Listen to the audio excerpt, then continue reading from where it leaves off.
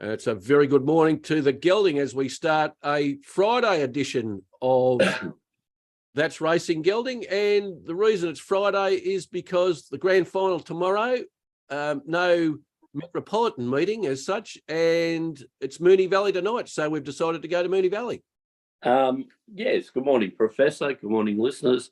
With the grand final, of course, that takes precedent over everything. So racing's changed its main meeting around to the Valley on grand final eve, where we have the Group 1 Moya Stakes. So hopefully, the Group 1 racing at the Valley tonight starts a very, very good weekend of sport. I know tomorrow main races, the Epsom Day at Sydney, but Mornington races tomorrow. And, of course, Sunday we go to Sandown, Professor. So a lot of racing, but the main city meeting, which we try to concentrate on, is on a Friday night. So, therefore, the Friday meeting. Correct. It's an 8-race program, Gelding, down from 10 races, only 8 races at night. Oh, don't, Professor. You make me laugh. You really do. What, you're saying the Moonee Valley Racing Club's not as greedy as, say, the Melbourne Racing Club or the Victorian Racing Club? I don't know, Gelding. I was just amazed that I thought there would have been at least a 9-race program, but no, only 8 races. The first at 6:15, the feature race, Gelding, in a night of group racing, because there's a Group 3, 2 Group 2s and a Group 1. The feature race is race 7, the Group 1 Moya Stakes over 1,000 metres. The track is currently rated a good 4. Now, depending upon how long the hoses are out and whether they've got some of those curators who used to work down at Moorabbin when St Kilda were playing there, their home matches at Linton Street. Yeah. But the rail's in the true position, so we can be thankful for that. Oh, Professor, you're on fire this morning. What you're suggesting Ian Stewart might have a job at the Moonee Valley Racing Club? Oh, Tony Jewell, I think, was out there. And they both have come out and said they used to water the track down at Moorabbin, I like Tony Jewell. Well, how long did you water it for, Tony? Well, actually, 3 cans. I got a 6-pack, walked out, and when the 6-pack was finished, I stopped watering. Yeah, very, very interesting, Professor. Look, my concerns about the Valley, and I've told the listeners many, many times before. Beautiful day today, beautiful spring day, 25 degrees. There'll be committee members sitting up there, ringing the curator saying, have we put enough water on? Will it be too hard? Oh, gee, should we put more on? Professor, look, it worries me. And I suppose in the true position, the rail, with a bit of water on, that can sometimes favour the leaders, Professor, and on-pace runners. And I know the 2 I've gone for tend to get back, so I'm hoping the horses will be too good. All right, Gelding. With all that in mind, what are your 2 best bets for this evening's meeting at Moonee Valley? Professor, not being very adventurous tonight, going in the Group 2 stock states and the Moya. Look, I think the favourites in both of them will be very, very hard to beat. First in the stock states, we're taking the red sauce, the odds on Amelia's Jewel. This horse, everyone's saying this is a potential Cox Plate horse. So they're taking it to the Valley tonight in a Group 2. Obviously, if it goes well, this is a horse that may be, talking about in the Cox Plate, and possibly even the King Charles up in Sydney in 2 weeks, which is a $5 million race. So if you're talking the horse winning those type of races, it's got to come out and win a $300,000 Group 2 race, doesn't it, Professor, at the Valley? So, look, Amelia's Jewel, over from Western Australia. That's any horse that's had 10 starts for 8 wins in 2 seconds, Professor, will do me. Must have something going for it, Gelding. It's a horse you dream of, and one of my favourite jockeys, Damien Lane, on board. Professor, I think at the moment in Melbourne, Blake Shin and Damien Lane are taking everything before them. They seem to be our two best riders. They're 1 and 2 in the Jockeys Championships. So they're right up there. So, first tip's race 6, number 8, Amelia's Jewel. The second tip, race 7, number 7, Imperatives.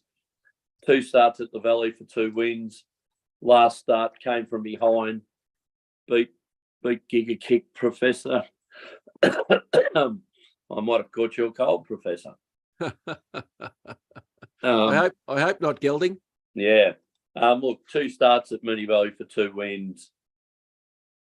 Any horse that can come from last and run past Giga Kick, Professor, fantastic. Won almost in course record time. Ease down. We'll get back. There's some good horses in this race, the Moya. Excuse me.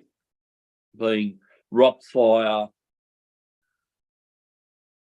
Uncommon James, and Ashfora, Professor, but I think Imperatives just may be in a different type of class. Talk about it possibly being an Everest horse, New Zealand, or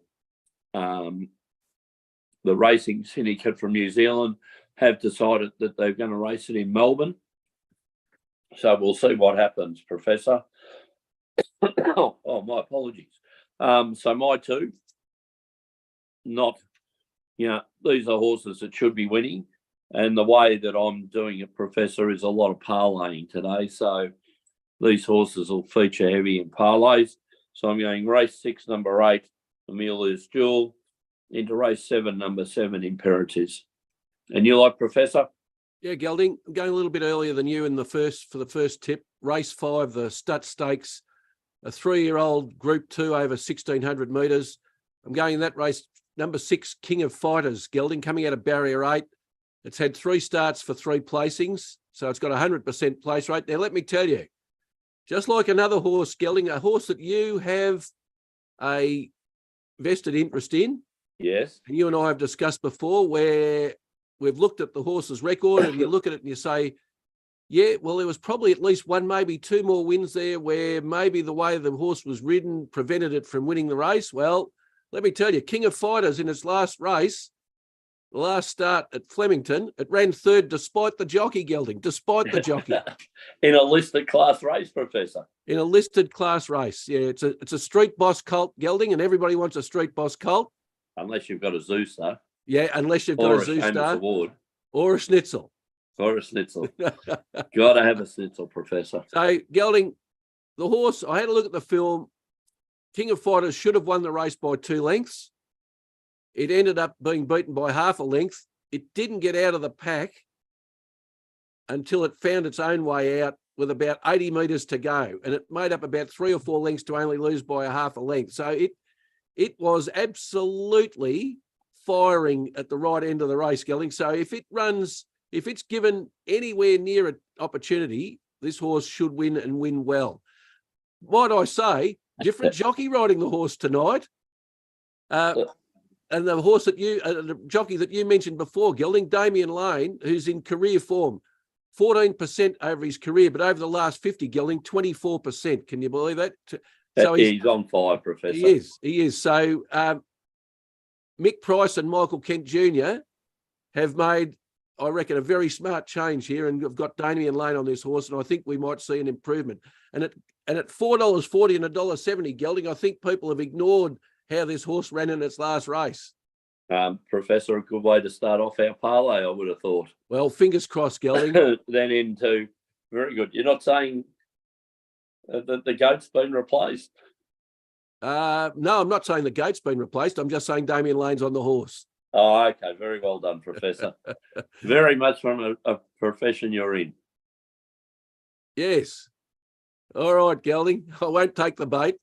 The line's out there, Professor. I know the line's out there, but I'm just going to swim past it, Gelding. Oh, Professor. All right, Gelding. Race 8, the Scarborough Stakes, the Group 3 over 1,200 metres.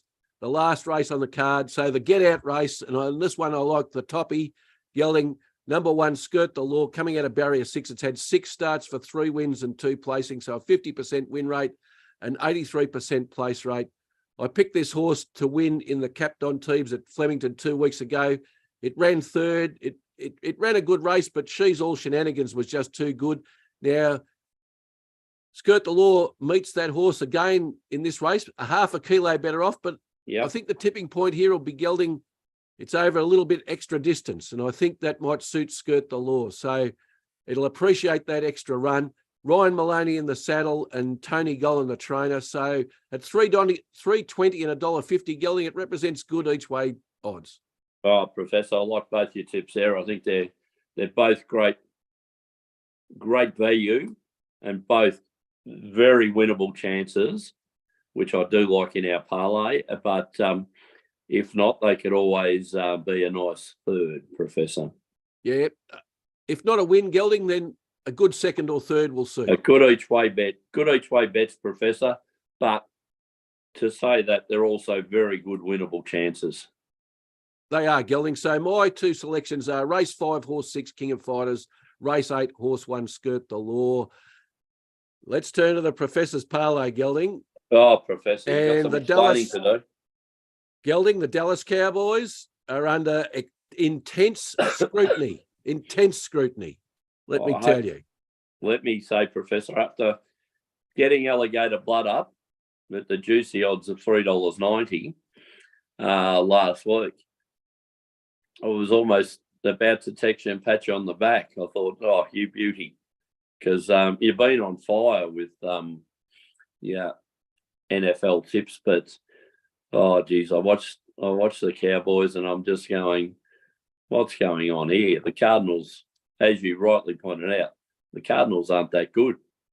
Well, they aren't that good, Gelding, and I think there might have been an investment in the Triple A fund.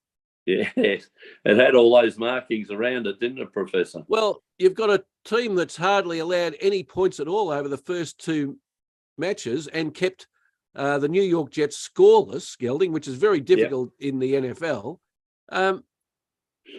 We're leaking points like a sieve.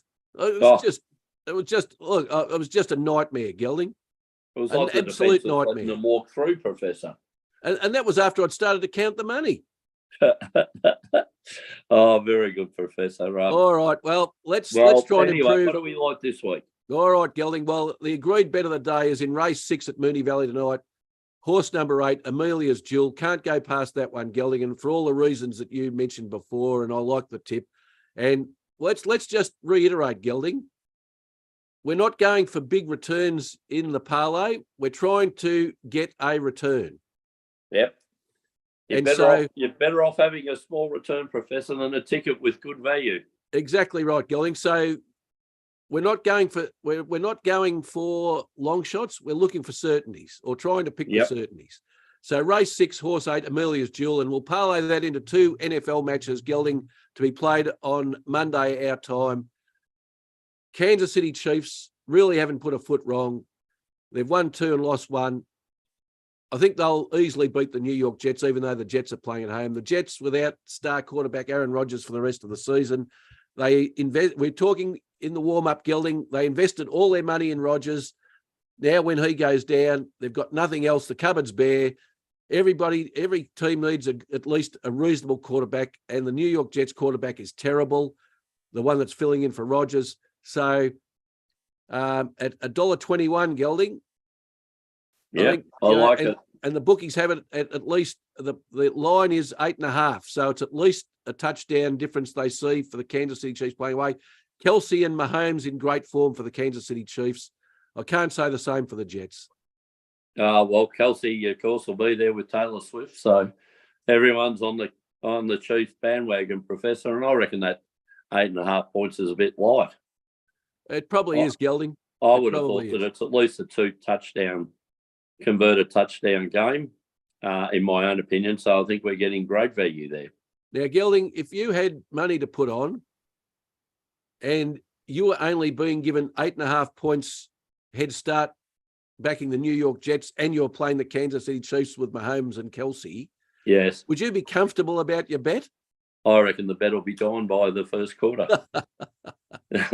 Maybe the first play, Professor. All right, Gelding. Yeah, Yeah, I'm with you on that one. I'd be very confident if I had Kansas City Chiefs over 8.5. Exactly, Gelding. All right, Gelding. And we'll parlay that into one of the real form teams in the NFC conference. On top of that conference at the moment, the San Francisco 49ers, they've got a great offense. They've got a great defense. That's very hard to go past. Their points differential is plus 38 in just 2 games, Gelding, to beat the team that brought us undone last week, the number 13 Arizona Cardinals. Even though the Arizona Cardinals beat the Dallas Cowboys last week, Gelding, the bookies have the line at 13.5, and that's not in favor. And it's not in favor of the Cardinals. Yeah. Well, spot on. Yeah, we had a blimp last week, Professor. Is that a fair way of putting it? The Cowboys just let us down. It was very, very disappointing. Yeah, I'm steering off the Cowboys. They're a team that's got the black circle around them. The professor will not be picking them again this season. It's like Chelsea in the Premier League, Gelding. Well, the EPL always worries me, Professor. But the NFL today, Gelding, not the EPL. Yeah, I do sit more comfortable when you're in the NFL, Professor. All right, Gelding. Sorry to cut you off there. Today's Professor's parlay: Amelia's Jewel, race 6, horse 8 at Moonee Valley tonight, into the Kansas City Chiefs to beat the New York Jets, into the San Francisco 49ers to beat the Arizona Cardinals. And that's racing, Gelding. That's racing. That's it, Professor. Hopefully a big weekend in sport. Yeah. Have you got a preferred team for the grand final, Gelding? The AFL. Look, I think both sides, both Collingwood and Brisbane, have been the form sides of the year. Definitely the Giants came and Carlton came, in the second half of the year, but over the whole year, there's a reason these sides have finished first and second. I've got to admit, the Lions, to me, have hit, not losing in August, winning their 2 finals up there in Brisbane. I do like them, Professor, and I know why they're the outsiders, but I think Brisbane can win the grand final tomorrow, Professor. Well, the test. We'll be happy with either side winning, and especially for the Princess, I hope Collingwood goes well. And the test will be for the Brisbane Lions playing on the MCG, Gelding, because it's been a bit of a bugbear for them. Oh, yeah, Professor, but you have a look at that form. They had 2 games there this year. First one in round 3, they lost by 25 points to Collingwood, who was up and going at that stage, I think. And then later in the season, they lost to Melbourne. And that loss was only 4 points, Professor. And as you well know, I thought Melbourne could have won the flag this year, without a bit of luck. So they've learned a good lesson from that Melbourne game, and they haven't been beaten since, Professor. No, well, get on Melbourne in the AFLW, Gelding, that's for sure. Yes, I like that. But they look pretty hard to beat this year. Yeah, I also like the men, Professor. And, talking with another Melbourne supporter last night, we said it was certainly an opportunity wasted. Oh, yeah. It certainly was a wasted opportunity, Gelding. And the NRL, who do you like in the NRL? Penrith Panthers or the Brisbane Broncos? Oh, well, again, another very evenly matched side. The way the Broncos dismissed Melbourne Storm is fine. Again, the 2 best sides in it. The professionalism of the Panthers, Professor, I'll go with. Yeah, I think they'll be too hard to beat, Gelding. They're just too good. Oh, they've been the form side for 3 years, Professor. They certainly have. All right, Gelding. Well, until next Saturday, and that's right. Well, not next Saturday because that's tomorrow, but the Saturday following, it's good